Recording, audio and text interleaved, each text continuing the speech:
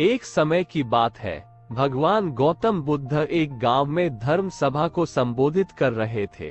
लोग अपनी विभिन्न परेशानियों को लेकर उनके पास जाते और उसका हल लेकर खुशी खुशी वहां से लौटते। उसी गांव के सड़क के किनारे एक गरीब व्यक्ति बैठा रहता तथा महात्मा बुद्ध के उपदेश शिविर में आने जाने वाले लोगों को बड़े ध्यान से देखता। उसे बड़ा आश्चर्य होता कि लोग अंदर तो बड़े दुखी चेहरे लेकर जाते हैं, लेकिन जब वापस आते हैं तो बड़े खुश और प्रसन्न दिखाई देते हैं। उस गरीब को लगा कि क्यों न वो भी अपनी समस्या को भगवान के समक्ष रखे। मन में यह विचार लिए वह भी महात्मा बुद्ध के पास पहुंचा।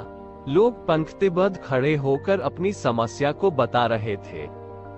जब उसकी बारी आई तो उसने सबसे पहले महात्मा बुद्ध को प्रणाम किया और फिर कहा, भगवान, इस गांव में लगभग सभी लोग खुश और समृद्ध हैं, फिर मैं ही क्यों गरीब हूँ?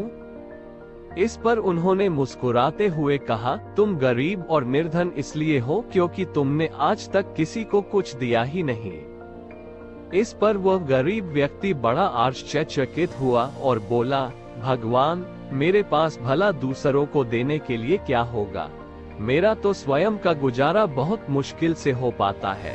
लोगों से भीख मांगकर अपना पेट भरता हूँ। भगवान बुद्ध कुछ देर शांत रहे, फिर बोले, तुम बड़े अज्ञानी हो। औरों के साथ बांटने के लिए ईश्वर ने तुम्हें बहुत कुछ दिया है। मुस्कुराहट दी है जिससे तुम लोगों में आशा का संचार कर सकते हो।